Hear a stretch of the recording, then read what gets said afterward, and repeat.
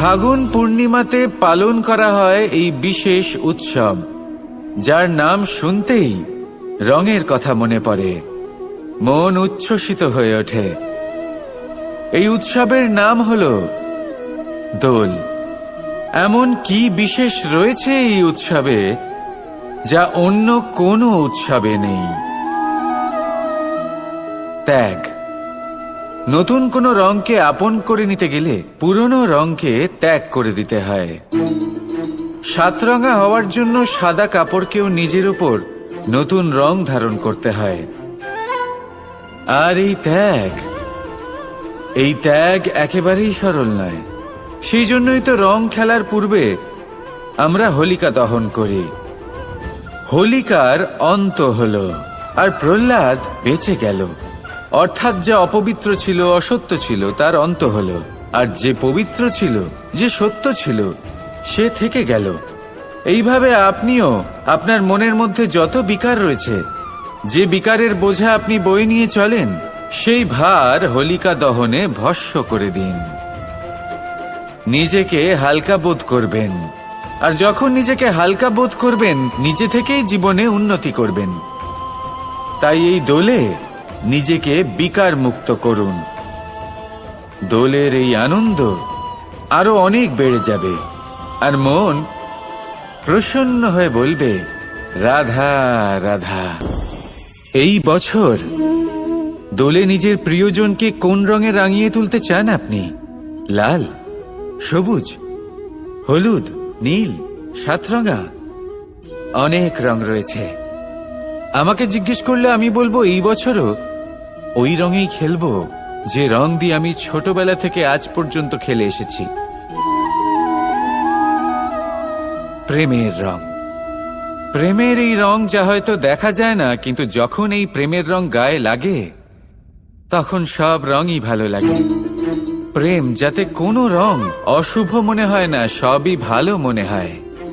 এটা হলো সেই প্রেম যার জন্য আমি প্রেমের দেবতা হয়েছি। আর সত্যি বলতে আপনারও কিন্তু এই প্রেমের রং দিয়ে খেলা উচিত। প্রচেষ্টা করুন। আপনি এই দোলে যত খুশি রং দিয়েই খেলুন না কেন, তাতে এক বিন্দু প্রেমের রং অবশ্যই মিশিয়ে দেবেন। এই দোলের আনন্দ দ্বিগুণ হয়ে যাবে। আপনজন হোক বা পর হোক, সবার সাথে প্রেমের দোল খেলুন। সবাই কাছাকাছি আসবে, আর সবাই কাছাকাছি এলে যে ঊর্জা তৈরি হবে, সেটাই হলো দোলের আসল রং। তাই এইবার দোলে সকলকে প্রেমের রঙে রাঙিয়ে তুলুন, আর এই প্রেম ভাব নিয়েই বলুন, রাধা রাধা। দোল উৎসবে এই সমগ্র সংসার রং নিয়ে খেলা করে, কিন্তু এই রঙের সারমর্ম এই সংসার কি জানে? কখনো দেখেছেন একটা চিন্তিত মুখ শুধুমাত্র রঙের স্পর্শ পেয়ে আনন্দিত হয়ে ওঠে? দোলে আমরা কি করি? পুরাতনকে ত্যাগ করি আর নতুনকে স্বাগত জানাই। শিশিরকে বিদায় জানিয়ে এক সুন্দর, এক নতুন ঋতুকে আগমন জানাই।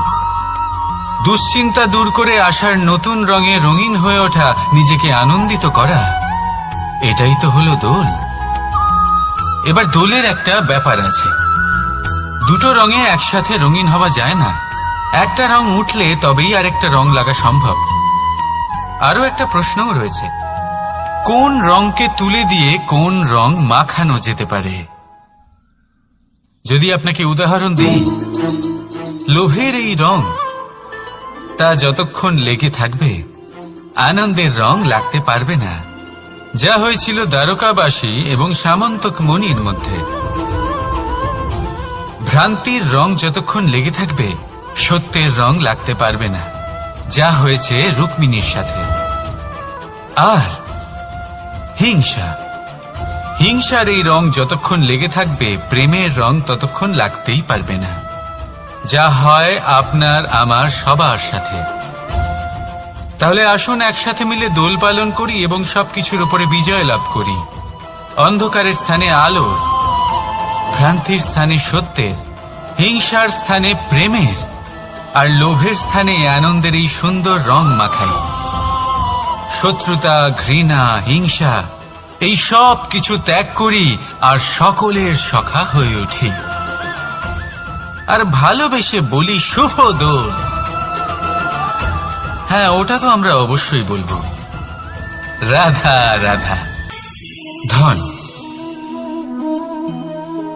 ধন হলো কারোর জন্য মোহ, আবার কারোর জন্য মায়া, কারোর জন্য হয়তো ভাগ্য, আবার কারোর জন্য কর্মের পারিশ্রমিক। দেখতে গেলে এই ধন হয়তো সবার জন্যই অত্যন্ত প্রয়োজনীয় হয়ে থাকে। সেই জন্যই তো মানুষ নিজের সমস্ত জীবন অতিবাহিত করেন এই ধন অর্জন করার জন্য। অনেক মানুষ এমনও হয় যাদের সমস্ত জীবন এই ধন অর্জন করতেই কেটে যায়। প্রত্যেক মানুষই চেষ্টা করেন যেন তিনি ধনী হন, যত সম্ভব বেশি ধন অর্জন করতে পারেন, সম্পন্ন থাকতে পারেন। আর তা হবে নাই বা কেন? কারণ এটাই হলো এমন এক বস্তু যা আদান প্রদান এমন নানান কাজে আসে। চেষ্টা তো সব মানুষই করেন, ধন অর্জন সব মানুষ করতে পারেন না। কারণ হলো এটাই যে মানুষ ভাবেন যে তার কাছে কিছু ধন এলে তারপর তিনি কিছু করে দেখাবেন। আর ধন ভাবে যদি এই মানুষ কিছু করে দেখান তাহলে আমি তার কাছে আসব। সেই জন্য কিছু করে দেখান, এমন শ্রেষ্ঠ কাজ করে দেখান যাতে ধন নিজেই আপনার কাছে ছুটে আসে। যদি আপনি ধন লাভের আশায় ছোটেন তাহলে আপনি নিজের সন্তোষ ভাব হারিয়ে ফেলবেন। কিন্তু এই সম্পত্তি যদি আপনার কাছে ছুটে আসে তাহলে আপনাকে মহান বলা হবে। সেই জন্য কাজ করুন, শ্রেষ্ঠ কাজ করে দেখান, দেখবেন এই ধন ফলস্বরূপ আপনার কাছে আসবেই আসবে। তাহলে আসুন আমার সাথে ভালোবেসে বলুন রাধা রাধা।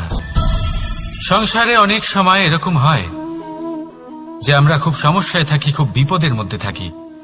আর সেই সমস্ত মানুষ যারা আমাদের কাছের মানুষ, আমাদের আপনজন, তারা আমাদের ত্যাগ করে চলে যান। আমরা এই সময় দুঃখ পাই, নিরাশ হয়ে পড়ি এবং একা একাই সেই সমস্যাকেও কাটিয়ে উঠি। এবার পরিস্থিতি যেমন খুশি হোক না কেন, সেই সব মানুষ যারা এমন সময় আপনাকে ত্যাগ করেছেন তাদের প্রতি ক্রুদ্ধ হওয়া, অভিমান করা, এটা অনুচিত। আমি বলবো তাদের প্রতি কৃতজ্ঞ থাকুন। আমি বলবো তাদের ধন্যবাদ জানান যে তারা এমন সময় আপনার সঙ্গ ত্যাগ করেছেন যখন আপনার তাদের সব থেকে বেশি প্রয়োজন ছিল। কারণ দেখুন, হয় তাদের বিশ্বাস ছিল যে আপনি নিজেই এই বিপদ থেকে বেরিয়ে আসতে পারবেন, বা তাদের ত্যাগ করার জন্য আপনি নিজের উৎসাহ বাড়িয়ে তুললেন, আপনি নিজের শক্তি বাড়ালেন এবং নিজে সেই সমস্যা থেকে বেরিয়ে আসলেন। নিজের খারাপ সময়কে আপনি নিজেই ভালো সময় করে তুললেন। শেষ পর্যন্ত আপনি আরো শক্তিশালী হয়ে উঠলেন, আরো শ্রেষ্ঠ হয়ে উঠলেন। আর এটাই তো আপনার বিজয়, যার কারণ হলো তাদের আপনাকে ত্যাগ করা। তাহলে তাদের ধন্যবাদ জানান আর আমার সাথে ভালোবেসে বলুন রাধা রাধা। আমাদের মনে সবসময় একটা প্রশ্ন এসেই থাকে, এই জীবন যা কিনা ঈশ্বর আমাদের দিয়েছেন, একটা জীবন। ঈশ্বর এক আত্মা দিয়েছেন পৃথিবীতে বাঁচার জন্য। যতদূর আমরা জানি আমাদের কাছে একটাই জীবন রয়েছে। আমরা ভাবি এই জীবন গুছিয়ে কিভাবে রাখা যায়। প্রত্যেক মানুষ ভাবেন যে আমি কি করি যাতে এই জীবনকে গুছিয়ে রাখা যায়, কিরকম কর্ম করব, কিরকম পুণ্য করব, কি ধরনের শাস্ত্র পড়ব যাতে আমি সেই জ্ঞান অর্জন করি যাতে জীবনটা সুন্দর করে তুলতে পারি। আমাদের সমগ্র জীবন কেটে যায় এই প্রশ্নের উত্তর খুঁজতে, সেই শাস্ত্র অধ্যয়ন করতে। এমন অনেক মানুষ তাও বুঝতে পারেন না। আসুন আজ আমি আপনাকে একটা সহজ কথা বলি, যার দ্বারা আপনি নিজের জীবন সুন্দর করবেন। জীবন, জিহ্বা, এদের দুজনেরই হলো একটাই রাশি। জিহ্বা অর্থাৎ আপনার কথা, এই কথাকে সংযত রাখুন। একে সুন্দর করে তুলুন, মধুর কথা বলুন, যতটা সম্ভব একে নিয়ন্ত্রণে রাখুন, আপনার জীবন সুন্দর হয়ে উঠবে। কারণ এই শব্দ হয় অত্যন্ত শক্তিশালী। এটা হলো এমন এক বন্ধন যা আপনার সামনের মানুষকে আপনার ব্যক্তিত্বের সাথে জুড়ে দিতে পারে। তাই এই শব্দ সংযত রাখুন, একে সুন্দর করে তুলুন। আপনার জীবন আপনা থেকেই সুন্দর হয়ে উঠবে। আর আসুন, এই মধুর সুন্দর অনুভূতি দিয়ে বলুন, রাধা রাধা। জীবন, এই জীবন আসলে কি?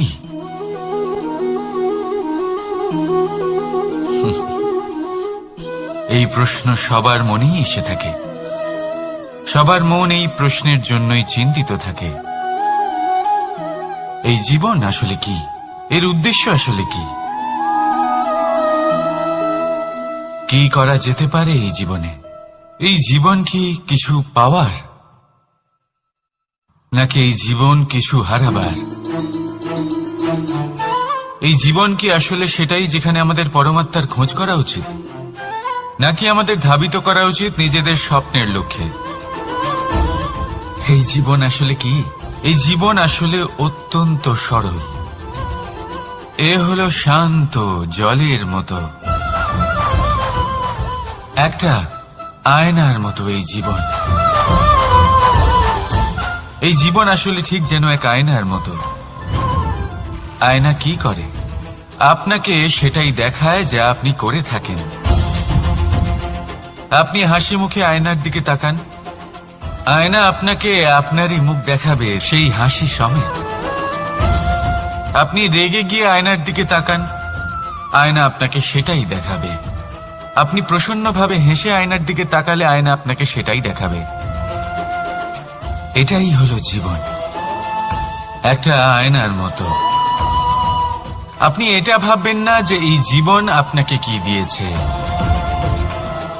বরং এটা ভেবে দেখুন যে আপনি এই জীবনকে কি প্রদান করেছেন। যদি আপনি এই জীবনকে সুখ প্রদান করেন, আনন্দ দিতে পারেন, ভালোবাসা দিতে পারেন, তাহলে এই জীবনও আপনাকে সুখ, আনন্দ আর ভালোবাসাই দেবে। তাহলে আসুন, এই সুখ, আনন্দ আর ভালোবাসা দিয়ে বলুন, রাধা রাধা।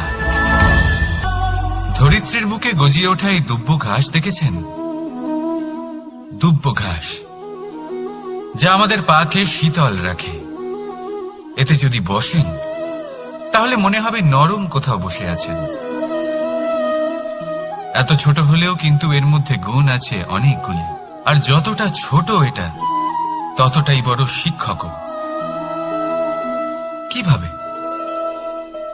ভাবুন, পাতা ঝরার মরশুমের পরে সমস্ত পাতা একত্রিত হয়ে থাকে।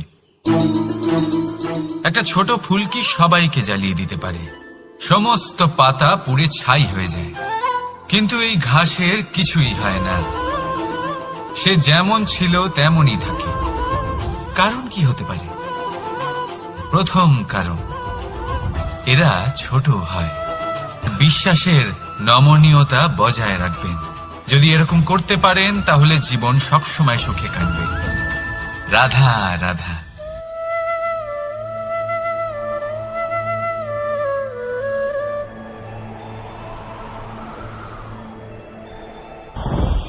লোভ আপনার অন্তরের আরো একটা শত্রু। দেখতে গেলে এটা একটা শব্দ, একটা সংস্কৃত শব্দ। লব ধাতু থেকে উৎপন্ন হয়েছে। এর অর্থ কিছু লাভ করা। কিছু লাভ করা অনুচিত নয়, আরো কিছু লাভ করাও অনুচিত নয়, কিন্তু সব থেকে বেশি আমিই লাভ করব। আমি আরো চাই, আরো বেশি চাই, আরো বেশি পেতে চাই। এটাই হলো লোভ। আর এই লোভ যখন গ্রাস করে, তখন আপনি যা পেতে চান, সে ধনই হোক বা মানই হোক, তা অর্জন করার জন্য মানুষ যে কোনো স্তরে পৌঁছে যেতে পারে। যদি মানুষ ধন অর্জন করতে চান, তাহলে তার জন্য তারা অধর্মের পথেও চলতে পারেন। যদি সম্মান অর্জন করতে চান, তাহলে অন্য মানুষকে ছোটও করতে পারেন। শেষ পর্যন্ত আপনার এটা মনে হতে পারে যে যদি একটু অল্পই প্রাপ্ত করতাম কিন্তু ভালোবেসে প্রাপ্ত করতাম, এই জীবন আরো অনেক বেশি সুখী হতো। লোভ আপনার জীবনে, আপনার মনে কখন যে প্রবেশ করবে সেটা আপনি জানতেও পারবেন না। তাই এটা চিনতে শিখুন আর তৎক্ষণাৎ জীবন থেকে বাইরে ফেলে দিন।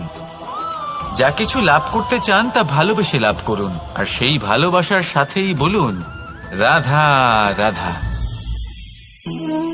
জীবনে ক্ষমা চাওয়া তাও কিছুটা সহজ, ক্ষমা করতে পারা অত্যন্ত কঠিন। ক্ষমা 2 অক্ষরের এই শব্দ হতে পারে, কিন্তু অত্যন্ত বড় এই শব্দ, অত্যন্ত গুরুত্বপূর্ণ এই শব্দ। কখনো কখনো অন্য কাউকে ক্ষমা করে দেওয়া তাও কিছুটা সহজ কাজ, কিন্তু নিজেকে ক্ষমা করতে পারা অত্যন্ত কঠিন হয়ে দাঁড়ায়। অতীতে যদি আমাদের এমন কোনো ভুল হয় যে কারণে আমরা নিজেকে ক্ষমা করতে পারি না, অনেক সময় এমন কিছু ভুল করে বসি যে বিষয় শুধু আমরাই জানি, কিন্তু আমরা নিজেকে ক্ষমাই করতে পারি না, আর আমাদের বিকাশ সেখানে স্তব্ধ হয়ে যায়। কারণ যদি আপনি ক্ষমা করতে না শেখেন, নিজেকে ক্ষমা যদি না করতে পারেন, তাহলে তা আপনার জীবনের সবথেকে বড় বাধা হয়ে দাঁড়াবে। সেই জন্য জীবনে অবশ্যই শিখুন যে কিভাবে নিজেকে ক্ষমা করতে হয়, আর শিখুন যে আগের করা ভুল আবার কি করে না করা যেতে পারে। এই মন হালকা হবে আর প্রসন্ন হয়ে বলবে রাধা রাধা। এই সংসারে যখনই কোনো সমস্যা আসে তখন আমরা আমাদের সব থেকে বড় সম্বলের কাছে আশ্রয় খুঁজি, তা হলো আমাদের বিশ্বাস। এবার প্রশ্ন হলো এটাই যে এই বিশ্বাস কার ওপর করা যেতে পারে? পরিবারের ওপর, বন্ধুর ওপর, নাকি তাদের ওপর বিশ্বাস করা উচিত যাদেরকে আমরা কখনো সঙ্গ দিয়েছি? দেখুন, এই সংসারে বিপদের সম্মুখীন হলে কে আপনাকে সাহায্য করবে সেটা নির্বাচন করা আপনার হাতে নেই। সেটা সেই সকল ব্যক্তির উপর নির্ভরশীল যে তারা আপনাকে সাহায্য করবে নাকি করবে না। অর্থাৎ যখনই কোনো বিপদ আসে সর্বপ্রথম তার সম্মুখীন আমাদের নিজেকেই হতে হয়, আর তার জন্য প্রস্তুত থাকা প্রয়োজনীয়, সেই শক্তি সেই সাহস অর্জন করা প্রয়োজনীয়। দেখুন, যখনই অন্ধকার আসে তখন সবার আগে কে আপনাকে ত্যাগ করে চলে যায়? আপনার নিজেরই ছায়া। এই অন্ধকারের সম্মুখীন হতে হয় অন্তরের প্রদীপের দ্বারা, অন্তরের আত্মা দ্বারা। তবেই আপনি অন্ধকারের ওপর জয়লাভ করতে পারবেন। সেই জন্য যে বিপদই আসুক না কেন নিজেকে তার জন্য প্রস্তুত রাখা উচিত। সেই সাহস নিয়ে আসুন। এমন কোনো বিপদ নেই যা আপনাকে ভেঙে দিতে পারে। আসুন আমার সাথে ভালোবেসে বলুন রাধা রাধা। মানুষ সবসময় চায় যে তার জীবনে যেন কখনো কোনো সমস্যাই না আসে। সে চায় তার জীবন যেন শুধুমাত্র শান্তি এবং সুখের দ্বারা পূর্ণ থাকে। কিন্তু এই চাহিদা অনুচিত কিছু নয়। আমরা সবাই এটাই চাই যে জীবনে সুখ থাক, শান্তি থাক। কিন্তু এই কথা সবসময় মনে রাখবেন, যে সূর্য উদিত হন সংসারকে প্রকাশমান করেন, দুপুরবেলায় সংসারকে রৌদ্র প্রদান করেন, সন্ধেবেলায় তাকেও অস্ত যেতে হয়। এবার আমাদের জীবন চক্র কিছুটা এরকমই। কোনো কিছুই চিরকাল একরকম থাকে না। কখনো এই নদীকে দেখুন যা বয়ে চলেছে। এই নদী যা বয়ে চলেছে তার পথেও অনেক বিপদ আসে। বড় বড় পাথরের সম্মুখীন হয়ে তাকেও সামনে এগিয়ে যেতে হয়। একটি পুকুর যা চারদিক থেকে ঘেরা, তার জীবনে কিন্তু কোনো সমস্যা নেই। কিন্তু এই সংসারে পুকুরের পুজো করা হয় না, পুজো করা হয় নদীকে। মনে রাখবেন, সমস্যার ঊর্ধ্বে তিনি উঠতে পারেন যিনি সমাধি লাভ করেছেন, যিনি এই সংসারেই নেই। যিনি এই সংসারে আছেন এবং জীবিত আছেন, তার জীবনের সমস্যা হলো শ্বাসবায়ুর মতোই গুরুত্বপূর্ণ। আসুন আমার সাথে ভালোবেসে বলুন রাধা রাধা। আজ আমি আপনাকে একটা ছোট্ট কাহিনী শোনাবো। একবার আমি, রাধা আর দাদা আমরা তিনজনে মিলে লুকিয়ে একটা উপবনে গেলাম আম পেড়ে খেতে। অনেক পরিশ্রম করে আমরা ওখানে পৌঁছলাম আর আমরা আশ্চর্যচকিত হয়ে গেলাম এটা দেখে যে এবার তো আম পাকেইনি। এবার দাদা কি করলেন, একটা আম পাড়লেন আর সেটা চাখলেন। আর উনি নিরাশ হয়ে পড়লেন। উনি বললেন যে এটা তো খুবই টক। তারপর রাধা একটা আম পাড়ল আর সেটা চেখে দেখল, আর রাধা উৎসাহিত হয়ে পড়ল। আমি রাধাকে জিজ্ঞেস করলাম, কি হয়েছে, তুমি এত উৎসাহিত কেন? তখন রাধা বলল যে এবার এত বেশি টক আম হয়েছে যে এগুলো দিয়ে আমরা আচার বানাবো। তাহলে দাদা ওখান থেকে বেরিয়ে গেলেন নিরাশ হয়ে এবং খালি হাতে। রাধাও ওখান থেকে বেরিয়ে গেল কিন্তু উৎসাহিত হয়ে, আর অনেকগুলো কাঁচা আম সাথে নিয়ে। এর থেকে আমরা কি শিক্ষা পেতে পারি? যে প্রত্যেকটা স্থানে এমন কিছু রয়েছে যেখান থেকে আমরা কিছু একটা শিক্ষা লাভ করতে পারি, যা আমাদেরকে বিকাশের পথে নিয়ে যেতে পারে। এই শিক্ষা প্রত্যেক স্থানে আছে। সবকিছু আমাদের দৃষ্টিভঙ্গির উপর নির্ভর করছে। যখনই আমাদের জীবনে আমাদের সম্পর্কে কোনো সমস্যা, কোনো বিপদ আসে, তখন বেশিরভাগ মানুষ সেই বিষয় নিয়ে দুঃখী হয়ে পড়েন। আর কিছু মানুষ এমনও থাকেন যারা শেষ পর্যন্ত তার সমাধান করেন, বিপদকে পরাজিত করেন, সম্পর্কগুলিকে আবার জুড়ে দেন।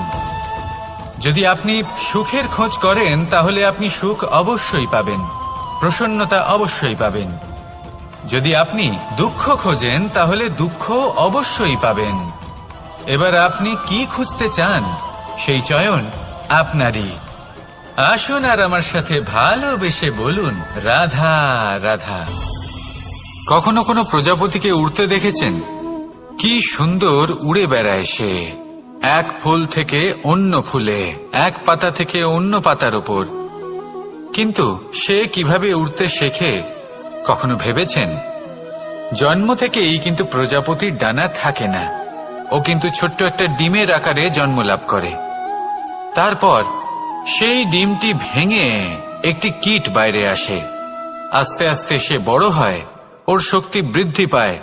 তারপর সে সেই কীট দশা ত্যাগ করে নিজের ডানাগুলি মেলে। এই প্রক্রিয়া তার কাছে সরল নয়, অত্যন্ত যন্ত্রণাদায়ক প্রক্রিয়া, কিন্তু সে সেই যন্ত্রণা মেনে নেয়। আর তারপর আস্তে আস্তে সে উড়তে শেখে। শুধুমাত্র আকাশে উড়ে বেড়ায় তা নয়, আমাদের মনের মাঝে উড়ে বেড়ায়। এবার এই ডিম থেকে প্রজাপতি হয়ে ওঠার যে যাত্রা, এটা যতটা কঠিন, ততটাই কঠিন হয় এই সংসারে শ্রেষ্ঠ কর্ম করা, ততটাই কঠিন হয় এই সংসারে মহান হয়ে ওঠা। সেই জন্য প্রয়োজনীয় প্রচেষ্টা এবং সময়। নিরন্তর প্রচেষ্টা করতে থাকুন, পর্যাপ্ত সময় নিন, এবং আপনি নিজেকে এই আকাশে উড়ন্ত অবস্থায় পাবেন। আসুন আমার সাথে ভালোবেসে বলুন, রাধা রাধা। মানুষ নিজের জীবনে ঈশ্বরকে খুব মান্য করে, ওনার জন্য কি না করে। ভিন্ন ভিন্ন নামে তাকে স্মরণ করে, তাকে পুজো করে, তার আরাধনা করে। সে জানে যে ঈশ্বর তাকে শক্তি অবশ্যই দেবেন, তাকে সাহায্য অবশ্যই করবেন। কিন্তু যখন প্রশ্ন আসে গুরু এবং ঈশ্বরের, তখন গুরুর মান কখনো কম হওয়া উচিত নয়। কারণ সত্যি বলতে কি, গুরুই হলেন সেই সিঁড়ি যা বেয়ে আপনি ঈশ্বরের কাছে পৌঁছানোর পথ খুঁজে পাবেন। সেই পথ আপনি গুরুর থেকেই পাবেন। গুরু না থাকলে আপনি কখনো ঈশ্বর লাভ করতেই পারবেন না। আর জীবনে অনেক সময় লক্ষ্যের থেকেও অনেক বেশি গুরুত্বপূর্ণ হলো পথ। তাই এই পথের সম্মান করতে শিখুন, অর্থাৎ গুরুকে সম্মান করতে শিখুন, কারণ গুরুই হলেন পরমেশ্বর। তাহলে আসুন আর আমার সাথে ভালোবেসে বলুন, রাধা রাধা। আপনার জীবনে আপনার প্রকৃত বন্ধু আসলে কে? আপনার সব থেকে শ্রেষ্ঠ মিত্র আসলে কে? তিনি যিনি সময় এলে পরে আপনাকে সাহায্য করেন, নাকি তিনি যিনি সময় এলে পরে আপনাকে অর্থ দেন? দেখুন, আমরা হলাম মানুষ, আমাদের জীবনে লেনদেন চলতেই থাকে। এটা আমাদের জীবনের অভিন্ন অংশ। কিন্তু অনেক সময় এমন হয় যে আমরা তাকেই নিজের প্রকৃত বন্ধু বলে মনে করি, যিনি আমাদের একটা বহুমূল্য উপহার দেন, ঠিক কিনা? এবার আপনার জীবনে সেই বহুমূল্য উপহার কোনটা? ওই অমূল্য মিত্র আসলে কে? সেই সিদ্ধান্ত হলো আপনার। কিন্তু যদি আপনি আমাকে জিজ্ঞেস করেন, তাহলে আমার মতে স্বর্ণ, হিরে, মুক্ত, ধন এগুলো বহুমূল্য নয়। বহুমূল্য হলো সঙ্গ, যখন আপনি একা হয়ে যাবেন, সময়, যখন আপনার তাকে প্রয়োজন হবে, সমর্পণ, যখন আপনার বিশ্বাসের প্রয়োজন পড়বে। যে মানুষ আপনার প্রতি এই 3 গুণ প্রদর্শন করেন, যিনি আপনার কঠিন সময়ে আপনাকে অবশ্যই সঙ্গ দেবেন, যখন আপনার প্রয়োজন পড়বে আপনাকে অবশ্যই সময় দেবেন, আপনার প্রতি সম্পূর্ণ সমর্পিত থাকবেন, সেই হলো আপনার আসল মিত্র, সেই হলো আপনার প্রকৃত বন্ধু। কারণ সত্যি বললে, বন্ধুত্বের অর্থই হলো নিজেকে সম্পূর্ণরূপে কারোর কাছে সমর্পণ করে দেওয়া। তাই আপনার সেই বন্ধুর জন্য নিজের প্রাণ উজাড় করে দিন, আর ভালোবেসে বলুন, রাধা রাধা। মানুষ জীবনে 3টে কাজ অবশ্যই করে থাকে, কিছু দান করে, কিছু গ্রহণ করে, আর কিছু ত্যাগ করে দেয়। এটাও ভাবতে থাকে যে এটা করলে কিভাবে করবে। দেবার জন্য পর্যাপ্ত ধন নেই, নেবার জন্য সংসারে অত স্নেহ নেই, আর ত্যাগ করার জন্য জীবনে এত সুখই নেই, তাহলে কিভাবে করবে? আসলে আমরা বস্তুগত চাহিদা অর্জনে এত ব্যস্ত হয়ে পড়ি যে আমরা বুঝতেই পারি না যে কি নেবার আছে, কি দেবার আছে, আর কি ত্যাগ করার আছে। তাহলে আজ আমি আপনাকে বলেই দিই, মনে রাখবেন এই 3টে গুরুত্বপূর্ণ গুণ, 3টে গুরুত্বপূর্ণ কথা। দেবার জন্য আছে দান, নেবার মতো আছে জ্ঞান, আর ত্যাগ করার মতো আছে অহংকার। যখন আপনি দান করতে শিখে যাবেন, জ্ঞান অর্জন করার শক্তি আপনা থেকেই আপনার মধ্যে চলে আসবে। আর যখন এই জ্ঞান আপনার মধ্যে প্রবেশ করবে, অহংকার আপনা থেকেই আপনার থেকে দূরে চলে যাবে। যে ব্যক্তি এই 3-এর মধ্যে ভারসাম্য বজায় রাখতে পারে, তার বর্তমান, ভূত, ভবিষ্যৎ, লোক, পরলোক সবকিছু শুধরে যায়। যেই দিন আপনি দান করতে শিখে যাবেন, জ্ঞান আহরণ করতে শিখে যাবেন, অভিমান ত্যাগ করতে শিখে যাবেন, আপনার সর্বশক্তিশালী, সর্বশক্তিমান পরমেশ্বরেরও প্রয়োজন পড়বে না। কারণ তখন ঈশ্বর আপনার মধ্যেই বাস করবেন। তাহলে আসুন আর আমার সাথে ভালোবেসে বলুন, রাধা রাধা।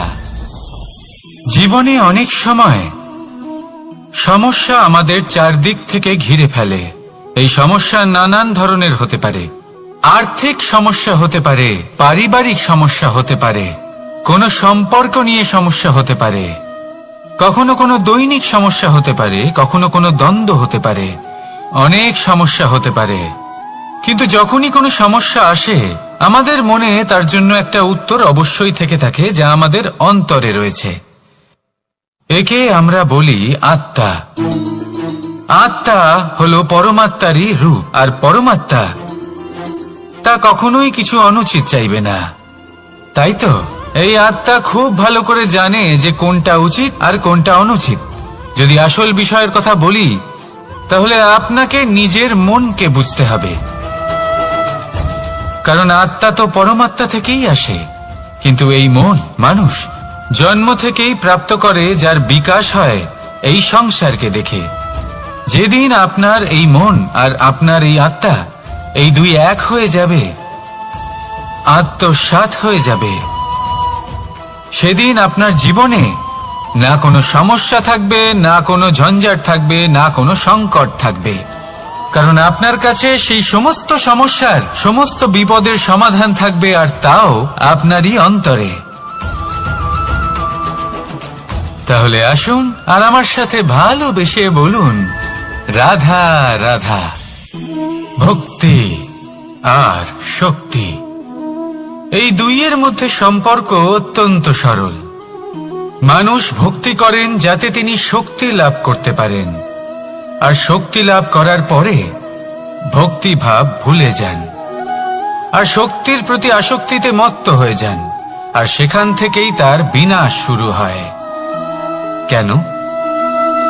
কারণ ভক্তির দ্বারা প্রাপ্ত শক্তি অন্য কারোর হিতের জন্য ব্যবহার করতে হয়, অন্য কারোর মঙ্গল করার জন্য ব্যবহার করতে হয়, কারোর বিনাশের জন্য নয়। এবার যদি আমি আপনাদের একটা উদাহরণ দিয়ে বোঝাই, তাহলে কোদাল দিয়ে আমরা মাটি কোপাতে পারি, একটা গর্ত খুঁড়তে পারি যাতে একটা নতুন বৃক্ষ জন্ম নিতে পারে, একটা বৃক্ষ যা অন্য জীবকে ফল প্রদান করবে, যাত্রীদের ছায়া প্রদান করবে। কিন্তু এই কোদালের ব্যবহার যদি আমরা অন্য কারোর ক্ষতি করার জন্য করি, তাহলে ক্ষতি শুধুমাত্র আমাদেরই হবে। তাই জীবনে যদি আপনি কোনো শক্তি লাভ করেন, হয়তো ভক্তির দ্বারা বা অন্য যেখান থেকেই হোক, তার সদ্ব্যবহার করতে শিখুন, নয়তো এই প্রাপ্ত শক্তি আপনার পতনের কারণ হয়ে দাঁড়াবে। তাহলে আসুন আমার সাথে ভালোবেসে বলুন, রাধা রাধা। বরদান অত্যন্ত বিচিত্র এক বিষয়, কিন্তু দেখতে গেলে এই বরদান কি না করতে পারে। এক দরিদ্রকে রাজা বানিয়ে দিতে পারে, একজন দুর্বলকে এই সংসারের সব থেকে শক্তিশালী ব্যক্তি বানিয়ে দিতে পারে। কিন্তু আমরা ভুলে যাই এক অত্যন্ত গুরুত্বপূর্ণ কথা, বরদান এই শব্দের শেষে দান লুকিয়ে রয়েছে।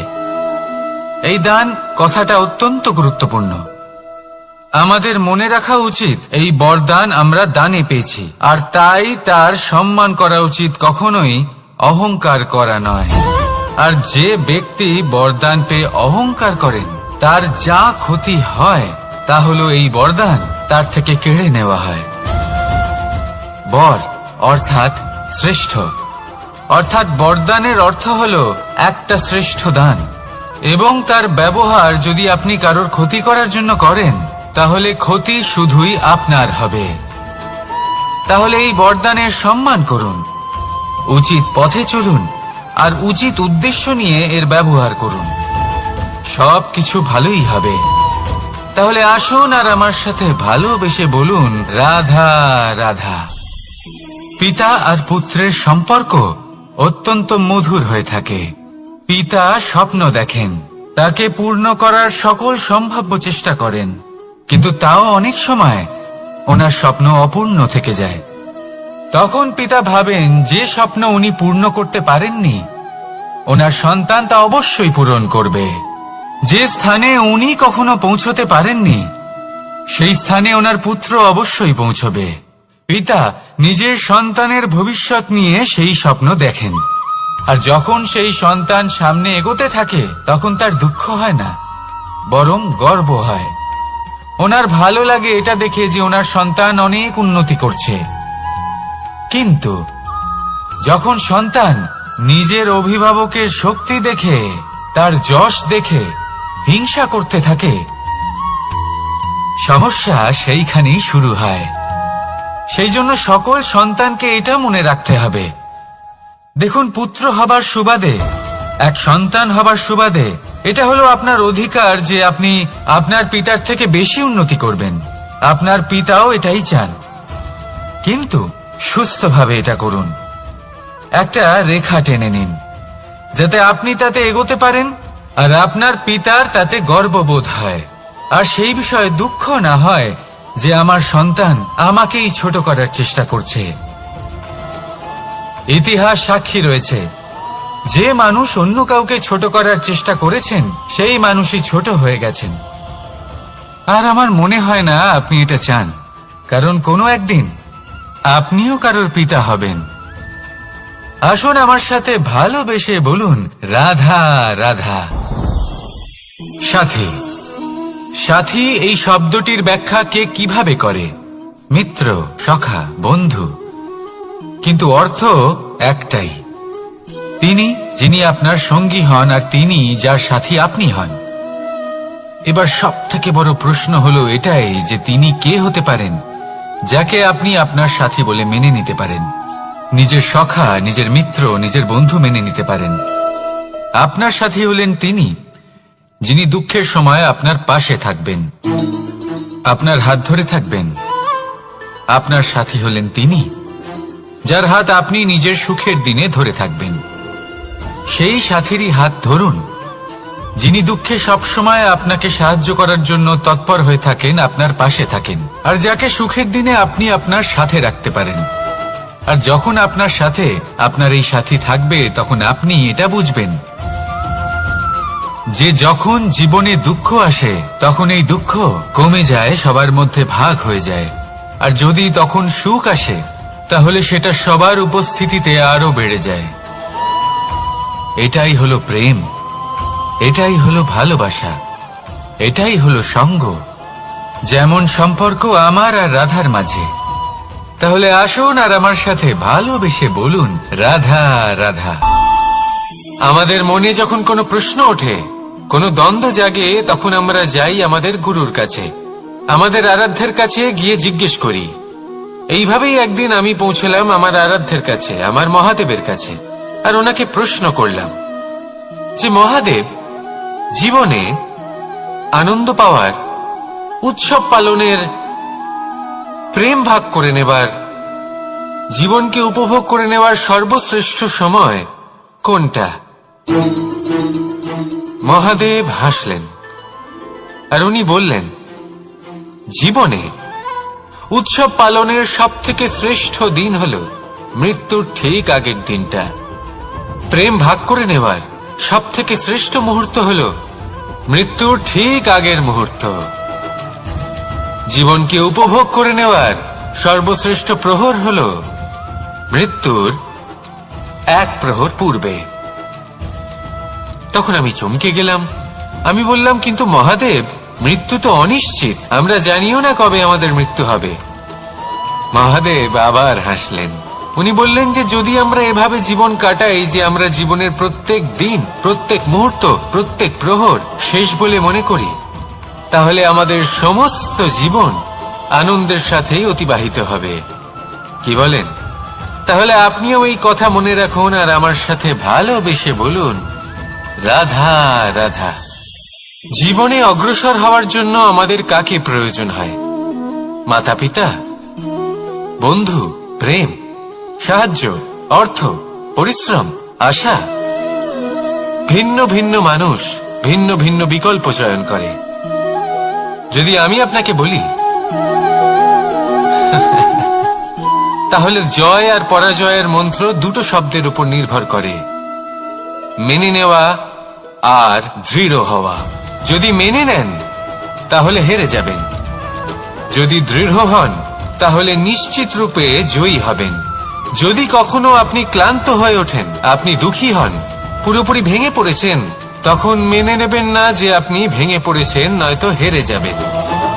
তখন উল্টে স্থির করবেন যে যাই হয়ে যাক না কেন, আমি জয়ী হবই। আর আপনি দেখবেন যে জয় নিশ্চিত রূপে আপনার কাছেই আসবে। তাহলে এই কথা মনে রাখবেন আর আমার সাথে ভালোবেসে বলবেন, রাধা রাধা। সময়, জীবন, কাল। দেখতে গেলে এই তিনটি শব্দ একটি শব্দেরই সমার্থক শব্দ মনে হয়, কিন্তু এই শব্দগুলির অর্থ কি সমান? কখনোই নয়। হ্যাঁ, এই সময় চলতে থাকে, জীবন চলতে থাকে, কালচক্র চলতে থাকে। এই সময় কেটে যায়, কিন্তু এই জীবন, একে যাপন করতে হয়। কি বলেন? এই জীবনে কিছু করুন বা কিছু না করুন, জীবন এমনি কেটে যাবে, আপনি জানতেও পারবেন না। কিন্তু সেটা আমাদের উদ্দেশ্য নয়, একে যাপন করতে হবে। এই জীবনে প্রেরণা পেতে শিখুন, প্রেরণা দিতে শিখুন, আহ্বান গ্রহণ করতে শিখুন, আহ্বান জানাতে শিখুন, মহান কাজ করতে শিখুন, ধন্যাত্মক বোধ জাগিয়ে তুলুন। জীবন অতিবাহিত করার অর্থ কি তা আপনি শিখে যাবেন। কারণ সময় কেটে যায়, সমস্ত যুগ কেটে যায়, কিন্তু জীবনের রীতি জীবন কাটিয়ে দেওয়া নয়, জীবন যাপন করা। এই জীবন সম্পূর্ণরূপে অনুভব করতে হবে, নতুন পথ বানাতে হবে।